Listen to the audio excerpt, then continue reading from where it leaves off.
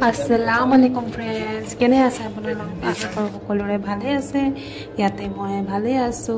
আজি মই আপোনালোকৰ ওচৰলৈ নতুনকৈ ব্লগ এটা লৈ আহিলোঁ। তাৰ মানে কি হ'ল, আজি অফিচত কাম কৰি থাকোঁতে মানে হাজবেণ্ডৰ ফোন আহিলে যে বোলে মামীহঁত আহিব, চ' আলহী আহিব আৰু ইমান দূৰৰ পৰা আহিব, যেতিয়া যোৰহাটৰ পৰা আহিব। চ' আজি ভাতটো আমাৰ ইয়াতে সিহঁতক খুৱাব লাগিব।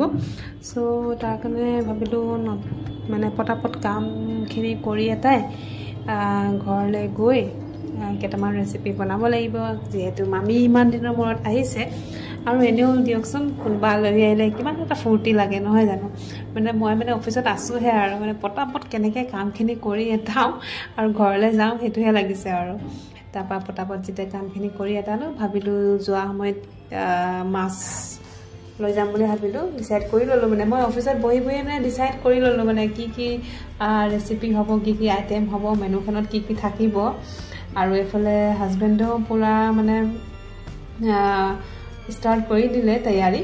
চ' এইফালে মাছ বজাৰ আহি গ'লোঁ, মাছ লৈ ল'লোঁ 1 কেজিমান আৰু লৈ মেলি ডাইৰেক্ট ঘৰলৈ পোনাই দিলোঁ। আৰু মই মাছকেই ল'লোঁ, বাকী হাজবেণ্ডে ৰেডি কৰিলে আৰু কি কি কৰিলে ঘৰ গৈহে গম পাম আৰু কি হৈছে কি নাই হোৱা।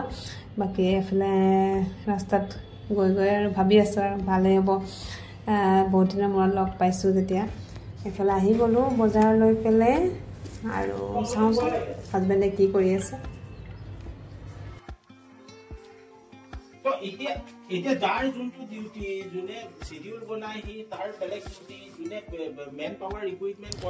দেখিছোঁ এইফালে আধা আধি ৰেডি হ'লেই, কণী বইল কৰি থৈছে, মোক কুৰ্মা বনাবলৈ কৈছে যিহেতু তেওঁ নেজানে। আৰু এইফালে চাউলটো তেওঁ পাতি দিছে আৰু এইফালে চিকেনখিনি ড্ৰাই ফ্ৰাইকৈ বনাব কৈছোঁ।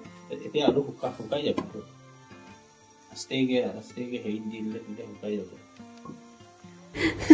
তেওঁ মানে ভাবিছে যে পানীখিনি যদি শুকাই যায় তেতিয়াহ'লে ড্ৰাই ফ্ৰাই হৈ যাব, কিন্তু তেনেকৈ নহ'ব, হ'ব আৰু বনালে ইমানখিনি যে কৰিলে সেইটোৱে মোৰ কাৰণে বহুত।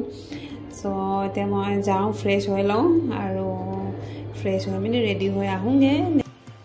এইফালে হৈ গ'ল চব ৰেডি। এতিয়া খালি মই মাছটো ফ্ৰাই কৰিব আছে, মাছটো ফ্ৰাই কৰি দিম আৰু তৰকাৰী নকৰোঁ।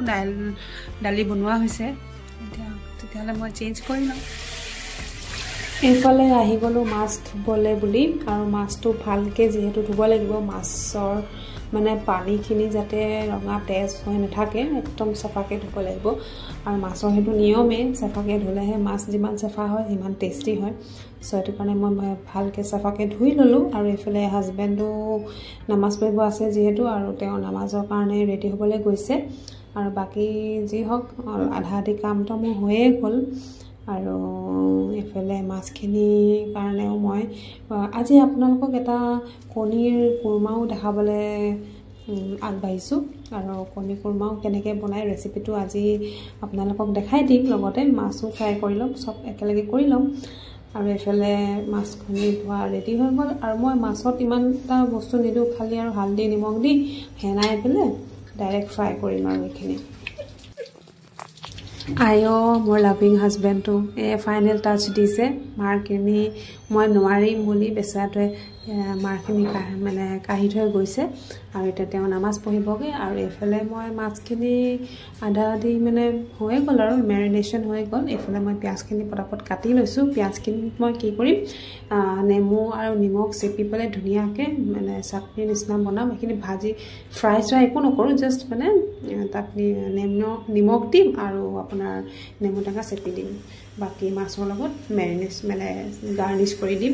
আৰু এইফালে দাইলখিনিও বেচেৰাটোৱে বইল কৰি থৈছিলে, এতিয়া মই খালি পিঁয়াজ দি তেল মাৰিব লাগে। আৰু পিঁয়াজ দি তেল মাৰিছোঁ যে বাতি, এইটো একচুৱেলি ষ্টিলৰ জাষ্ট বাতি আছিলে, খোৱা বাতি।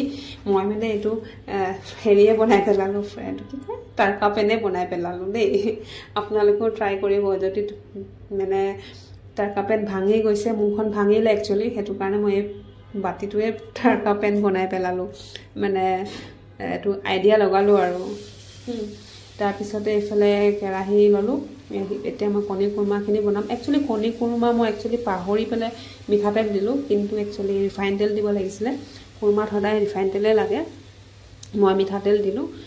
আৰু তাৰপৰা এইখিনি তেজপাত লং দালচিনি ইলাইচি দি পেলাই অকণমান দি ল'লোঁ দি তাৰপিছতে দি দিলোঁ ইয়াতে পিঁয়াজ কটা পিঁয়াজ দি দিলোঁ আৰু ধুনীয়াকৈ ভাজি ল'ম এইখিনি পিঁয়াজখিনি ধুনীয়াকৈ যেতিয়ালৈকে চফ্ট নহয় কিন্তু একেবাৰে ৰঙাও কৰি দিব নালাগে চফ্ট হোৱালৈকে আপোনালোকে ভাজিব পাৰে তাৰপিছতে ইয়াতে দি দিব বইল কণীখিনি দি অকণমান পানী দি পেলাই আপোনালোকে ধুনীয়াকৈ ঢাকনখন বন্ধ কৰি দিব আৰু ইয়াত কিন্তু আদা নহৰু পেষ্ট দিবলৈ নাপাহৰিব মই আদা নহৰু পেষ্ট কিনা যোনটো ৰেডিমেড পোৱা যায় সেইটোৱে দি দিলোঁ আৰু যদি কেঁচাকৈ দিয়া হয় তেতিয়াহ'লে আৰু বেছি টেষ্টি হয় চ' এইকেইটা দি দিলোঁ দি এতিয়া মই ঢাকনখন মাৰি পেলাই ধৰি লওক 5 মিনিটমান হ'লেও হ'ব একো নাই চবটো ৰেডিমেড হৈয়ে আছে আৰু অকণমান কিন্তু আৰু এটা কথা চেনিও দি দিব দেই চেনি দিবলৈ নাপাহৰিব চেনিটো একদম মানে মেইন কেৰেক্টাৰ চেনিটো ইম্পৰ্টেণ্ট চেনি নিদিলে মানে এইটো কণীৰ মানে কুৰমাই নহ'ব চ' এয়া দি ঢাকি পেলাই দি দিলোঁ আৰু 5 মিনিট 10 মিনিটৰ পিছত আপোনালোকে উঠাই ছাৰ্ভ কৰিব পাৰে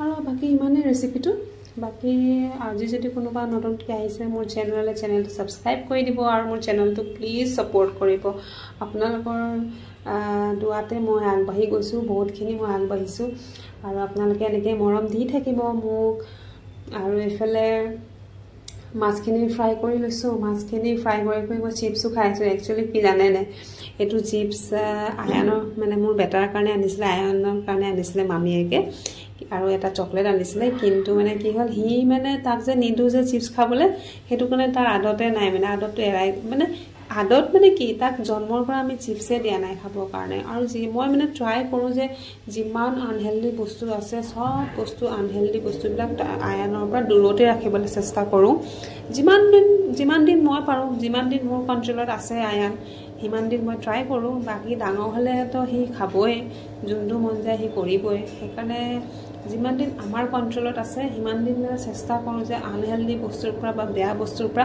দূৰত ৰাখিবৰ কাৰণে আৰু আল্লাহেও মোক সেইটো মানে মোৰ আয়ানক সেইটো আৰু জ্ঞান দিয়ক আৰু আপোনালোকেও দোৱা কৰিব চ' এইফালে হৈ গ'ল মাছৰ মানে এইখিনি মাছৰ হেৰি বাকী ইমানেই আজিলৈ ভিডিঅ'টো ইমানেই দেখাই দিছোঁ আপোনালোকক মামী আৰু কোন হয় বেটা কোন হয় তুমি কৈ দিয়া আয়ান আৰু আয়ান আৰু আয়ানৰ কোন হয় মামী এয়া কোন হয় এয়া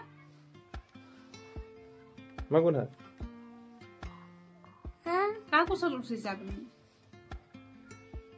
নানাৰে উঠিছো নানা নানানে প্ৰমোট কৰি দিলা ৰে এইটো কি দেখা আংকাল